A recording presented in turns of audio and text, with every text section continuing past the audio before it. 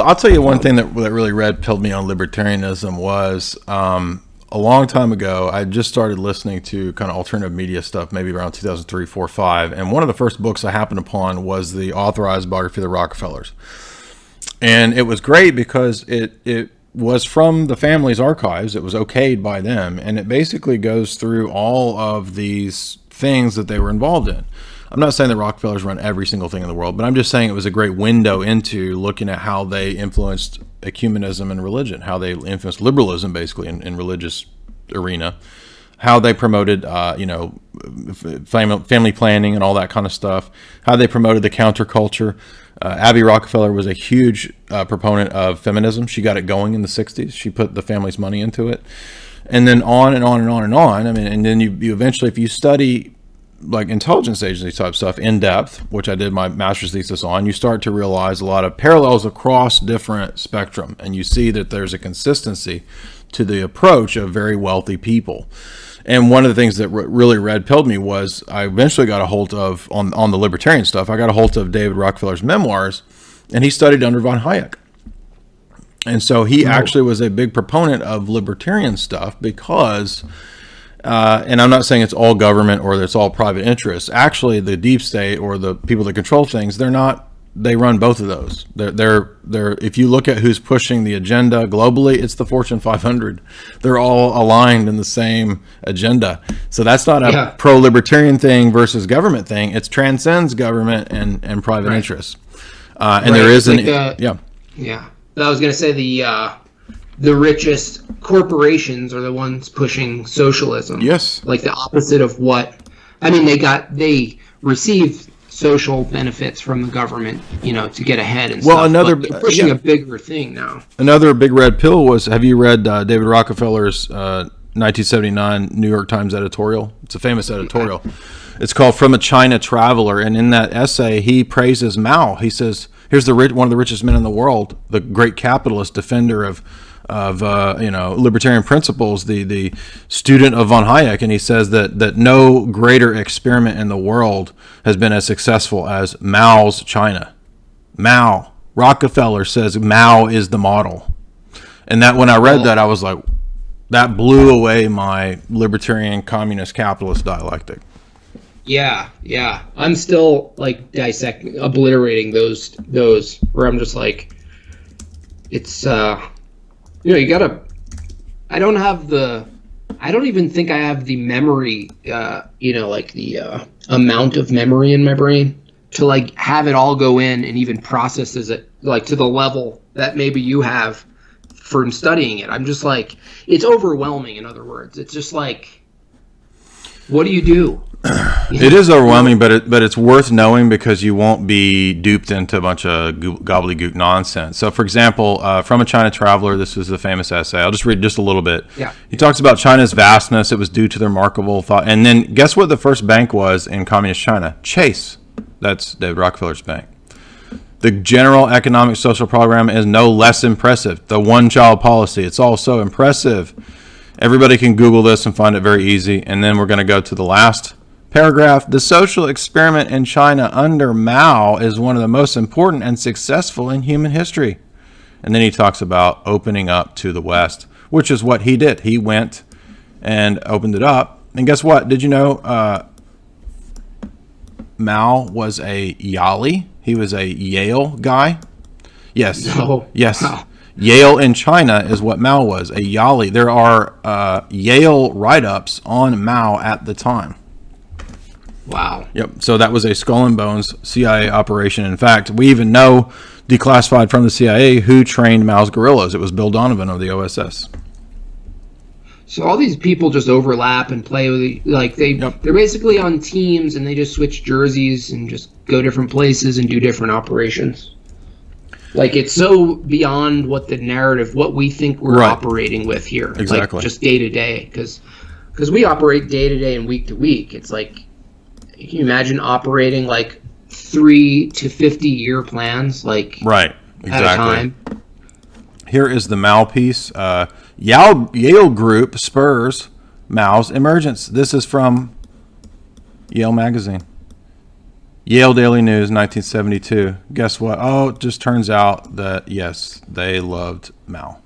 So we were told that, oh, we got to fight the commies, the commies, the commies. Meanwhile, the CIA, the OSS, they were all propping up the commies. And on top of this, of course, is everybody wants to blame. I'm not saying that the Stalinism was good. It was bad. But one last little piece of red pill here that I always like to throw out is that the OSS, we all know who the Frankfurt School is, right? Are you familiar with? Okay. Yeah.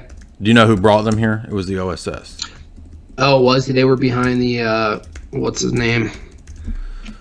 Those two dudes who went to Santa Monica. I forgot their names. Horkheimer and Adorno? Yeah. Yeah. So basically, this is not a conspiracy site. This is Foreign Affairs Magazine, very well-known, well-respected Foreign Affairs Magazine. And who brought the Frankfurt School immigrants here to help us study culture creation? Culture creation. Who was it? Oh, it was the Frankfurt School brought here by the OSS. Wild Bill Donovan. There you go. It kind of makes sense now if you thought something like that was happening, like now, which it probably does, but it's more like spread out and harder to like find, like, and put all together. But then a lot of deceptive, like, little things to try to do if you're powerful was easier to do. Like, you could just, if you had the foresight of trying something like that, you could do it with the resources. It's not like it's like when I just don't like how people interact with conspiracy theories or whatever, even though the facts are right there. Yeah. As if it's hard to do, like, Yeah. to just go manipulate stuff. Well, that's why what I did, because I encountered a lot of the conspiracy stuff when I was 18, 19, 20, 21, through conspiracy type movies like, Mel Gibson's Conspiracy Theory. I went and saw that when I was in high school, and I was like, oh, that was cool. What's all that? What's that mind control stuff? I don't know what that is. And that kind of prompted, later reading books that dealt with the United Nations and socialism and how the United Nations promoted atheistic socialism and all this stuff. And so I was like, well, that's weird. Why would they, if the Rockefellers donated the land and supported the United Nations, why would they be for the United Nations promoting all this global socialism? So then you go deep down that rabbit hole, and it kind of takes you into looking at the New Age movement, the United Nations promoting the New Age movement through the Lucifer Trust, as it used to be called. And then that leads you to these kind of big scale questions, which is what I wanted to study in university. I said, you know what, I don't want to just be watching conspiracy theories on YouTube. I want to study this on an academic level, and that's what I chose to do. I chose to study espionage, because what conspiracy research does is take you in the direction of learning how the world really works. And then you start to look into espionage, you start to look into how mafias work, because that's very important to the puzzle pieces here. And then you kind of, what that leads you to is these kind of big tomes that the important global elite have written. And that's what I focus on a lot. Is in the last couple of years, we've done 30 lectures on 30 important books from the top globalists. So this would be people like Miles Copeland, the CIA operative. It would be people like Jonas Salk and his books. It would be people like Bertrand Russell, H.G. Wells. It would be, Jacques Attali. It would be Carol Quigley, who's very, very important. I cannot stress enough the importance of Dr. Carol Quigley, Bill Clinton's mentor at Georgetown, and the archivist and historian for the Council on Foreign Relations. He wrote this giant book that's a defense of the elite in the 20th century. And he tells it all. He says everything. The whole plan is always just like creating a perfect society, right? I mean, Bertrand mentioned some of that. I read some of his stuff, and it was like, I mean, geez, he was his intention was so clear. He didn't even dance around it. Yeah. So basically, you could just say that there's about you could say a 5 to 10 point plank plan that all of the globalists of the last century, and maybe even beyond the last century, you could go back into the French social theorists like Saint-Just and Saint-Simon. They were already predicting a world government back then. You can go back even to Kant. Kant wrote a whole essay about world government, in fact, as an Enlightenment figure. So you could date it back to then if you wanted to, in the Masonic ideas of world revolution and Weishaupt and all that. But the real clear planning is in the last century from all these top books. And if you wanted to have 5 planks, it would basically be they all agree, all these top writers, on the need for a global government, the need for depopulation, the need for a global currency, the need for control of all areas of life, and technocracy. So basically, none of them disagree with that. And what's amazing is that there's perfect continuity. Darwin is also a part of that, by the way. You have to believe Darwin. Right. There's perfect continuity for the last century. Go all the way back to the writers writing at the turn of the century, like H.G. Wells. And everything that they say is in perfect continuity with the last globalist book that I did a couple weeks ago was the big green activist theoretical physicist Fritjof Capra. I keep calling him Frito because he's such a weird name, but Fritjof Capra, he talks like Arnold Schwarzenegger on helium. He's like, Fritjof Capra, yeah, there is going to be the global government that we're going to kill you all, but there is also the quantum reality, and in the quantum realm, we are all going to also be the gods. So we will be gods, and you will also be dead at once. It's crazy, man. He literally talks like a higher pitched Arnold Schwarzenegger. So he wrote this giant book back in the 70s, basically predicting what Elon Musk is selling us today, that we're all going to be one global hive mind, and we're all going to be linked in, and it's going to be so great, man, because we won't have like war no more, because we'll be like all be one or whatever. Yeah. Well, I guess you could speculate that different groups of people are all competing for that helm. There's some competition, yeah, but they're all agreed on the end game. And so if you read Quigley, what happened in the 20th century was that it moved us into global power blocks. So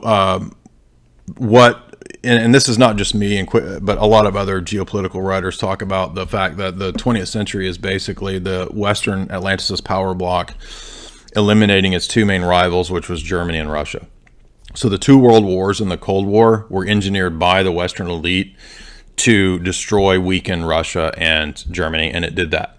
So then what happened was it's now one large power bloc that's essentially trying to mop up the remaining oppositions that are out there. I don't think all the countries are completely controlled. I don't think every nation is totally globalist yet. If it was, they would go ahead and be converting it over into full-on globalism, which is what they want to do. Well, no. The backlash is all this, retraditionalization, as some people call it, is going back to roots and holding on to them, which is being sold to people like leftists and progressives as like, you're a sick nationalist and all this stuff. It's like, no, like Poland is like, no, we're Polish. And Hungary is like, no, we're Hungarian. And everyone is claiming, and it's being presented as like a racism, but really it's the backlash. No, we want sovereignty, and my best argument for borders is I want Japan to be Japan. I want to visit Japan as Japan. I don't want to go to Japan and see a bunch of Swedish people who were rich enough to buy up the coasts or whatever. It's like I want cultures to thrive, but to do that you need to protect what they are, and you can't have a global government if you want culture, which is really ironic because it's all in the name of like multiculturalism, but it's really making a gray, dull soup of people, as opposed to like isolated, protected.